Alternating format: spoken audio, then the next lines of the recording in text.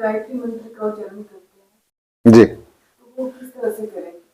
Live में करें उसे या फिर? गायत्री मंत्र का उच्चारण करते हैं तो किस प्रकार से करना चाहिए, लय में करें या वैसे पढ़ें, आपका ये कहना है। आज मैं आपके सामने एक ऐसा विषय रखता हूं गायत्री मंत्र को लेकर के, अगर बच्चे करें या आप लोग करें, सभी को उससे बड़ा भारी लाभ मिलेगा। सबसे पहले तो यह है भैया, सबसे पहले तो गायत्री मंत्र को देख देख करके लिखना सीखिए, लिखना सीख जाइए। उस पर कहाँ मात्रा चढ़ी है, कहाँ क्या है, कैसे कैसे, उसका अर्थ भी समझ जाइए।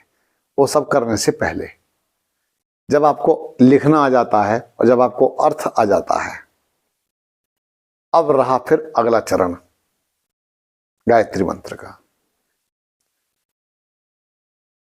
मैं अपने अनुभव से ही बताऊंगा। मेरे गुरुजी ने मुझे सिखाया था, गायत्री मंत्र को पहले कागज में लिख लीजिए।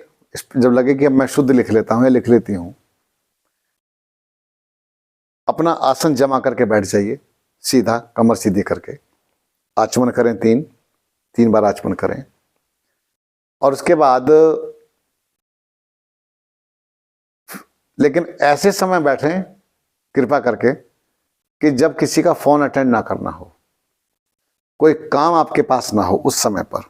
भले आप 10 मिनट के लिए बैठ रहे हैं, कोई चिंता की बात नहीं है, लेकिन 10 मिनट केवल वो गायत्री मंत्र के ही हों। दूसरे विषय के लिए आपके पास टाइम ही नहीं है 10 मिनट। मोबाइल को बंद करके रख दीजिए या कुछ भी कीजिए, एकदम फ्री होकर बैठिए।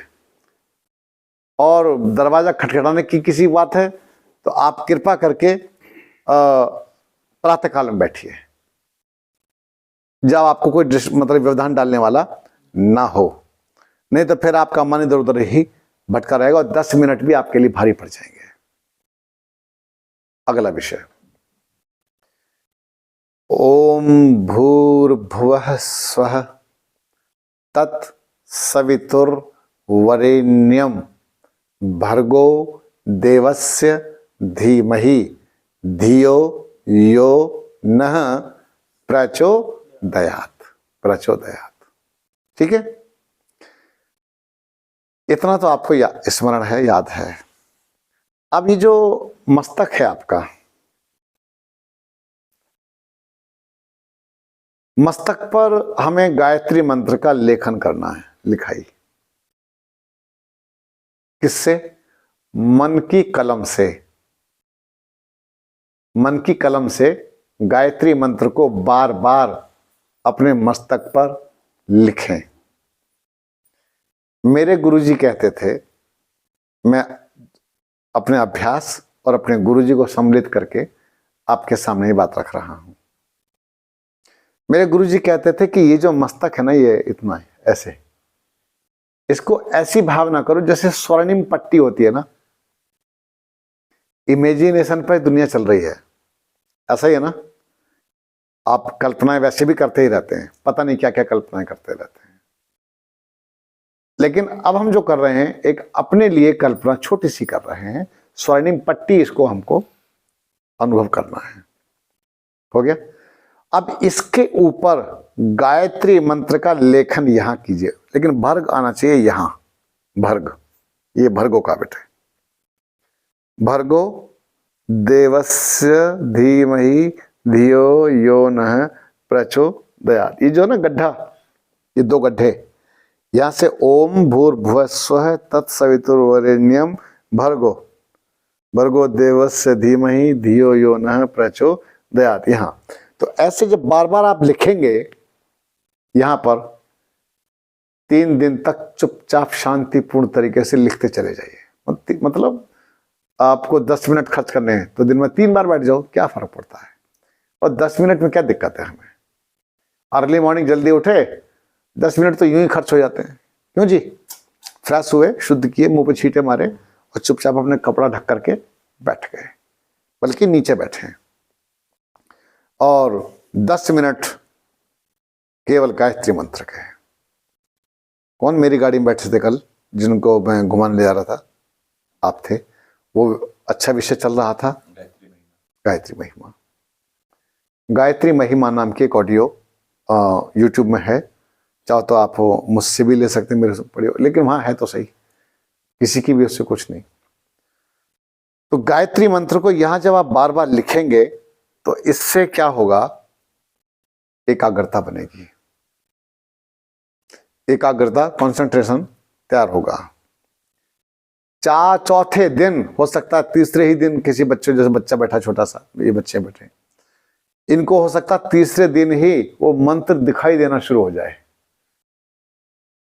या चौथे दिन, नहीं तो पांचवें दिन या हफ्ते में दिखाई अवश्य देगा। और बताऊं कैसा दिखाई देता है, एकदम सफेद श्वेत। फिर ये स्वर्णिम जो सोने की पट्टी वगैरह वो तो सब मिट जाती है, वो कुछ नहीं रहती, वो केवल व्हाइट कलर में गायत्री मंत्र ही बचेगा। अब ये समझो कि अब आपने एक पायदान आप चढ़ गए, एक पैर एक चढ़ गए आप। अब ऐसे ही यहां से सीढ़ी पर सीढ़ी और सीढ़ी पर सीढ़ी ऐसे चढ़ते चले जाओगे क्यों। और जो चेतना अंदर जगेगी, यहीं पर ज्योतियां, महाज्योतियां, यहीं पर बहुत कुछ आएगा। तो ये साधना का विषय है बच्चों। मैं अब बड़ों को भी एक बात और कहता हूं कि कम से कम 30-40 बार गहरे गहरे श्वास लेने हैं और छोड़ने हैं। अभ्यास से पहले कर लोगे ना इस काम को 30-40 बार। मैं 60 बार करता था लगभग, बच्चे थोड़ा कम कर लें। कैसे बताऊं,